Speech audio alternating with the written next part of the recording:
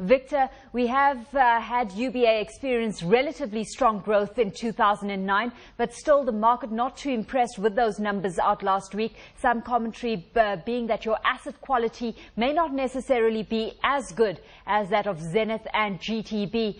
What are your major pressure points at the moment? Well, thank you very much, Aisha. It's nice to come, to meet you once again. The results that we have is the outcome of an operating environment that was a little hostile last year. And therefore, we had a lot of pressure on the provision side. The pressure we had then on the provision side is one that we're happy that we have done away with. We made a provision of about 40 billion last year. The second pressure point was in the area of our expansion across Africa. Our strategy is a long-term strategy. We want to make sure that we're able to expand our production capacity across Africa. We want to make sure that we're able to diversify a lot of our earnings from Nigeria and spread it more to Africa. That also was a pressure point for last year. But it is gratifying to know, though, that our revenue base has significantly shifted, shifted somewhat from about 3.5% that we were getting from outside of Nigeria to over 10% that we got from last year. And we are hopeful that as we settle into each of the countries where we're operating today, 2010 will be a much better year for two reasons. One, because the economies in many of the African countries have picked up. We are finding a situation where the GDP growth has improved because of the improvement in commodity prices.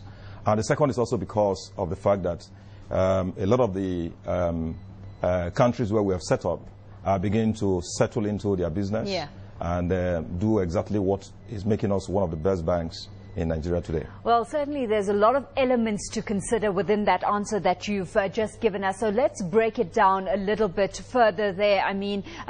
Looking at non-performing loans specifically, you've said that it has been a hindrance in the past. What percentage of NPLs are you expecting to write back for the full year this year? Gratifying to know that the NPL level this year is going to be a lot less.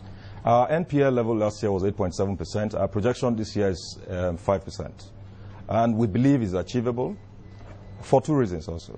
One is the fact that we expect a lot of recoveries from the aggressive provisioning stance that we took last year.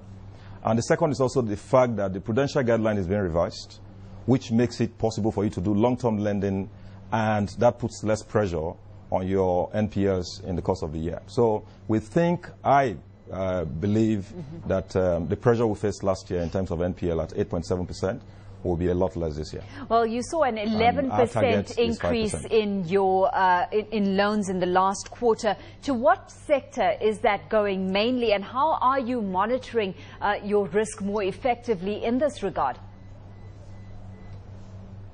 Well, what has happened last year was that there was a little bit of credit crunch, and most of the loan lending was done by the banks that were very liquid. UBA had a liquidity ratio of over 40%. In fact, we were about 44%, and that's where we operated at. And so we had the capacity to lend.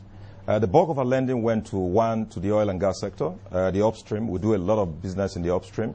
In fact, we led a consortium of banks in the lending that we did to mobile. We also did quite a lot of, some lending to the telecoms industry. The telecoms giants, the telecom giants also benefited from that particular, from our lending. We also did some to the manufacturing sector. We hope that this year we will be doing more. We are going to be doing a lot to the agri sector. We are beneficiaries of the agri fund, and therefore we're going to lend that to the agri sector. We also think we will continue to do more in the oil and gas area, because that is an area that requires significant amount of funding, which we hopefully would also play in. Infrastructure lending is also going to take some chunk this year, because there is a lot of push from both the central bank as well as government for banks to do a lot more infrastructure lending, which is why the prudential guideline is also being revised. So I think those are the sectors we're played in, and we will pursue those sectors even further this year and incrementally also build on that. Victor, one sector where we didn't do too much last year, we didn't do much last year is in the consumer lending space. But with the establishment of credit bureaus, 2 credit bureaus are today operational in Nigeria, we're quite hopeful that we'll be able to at least begin to play in that sector or resume play in that particular sector again.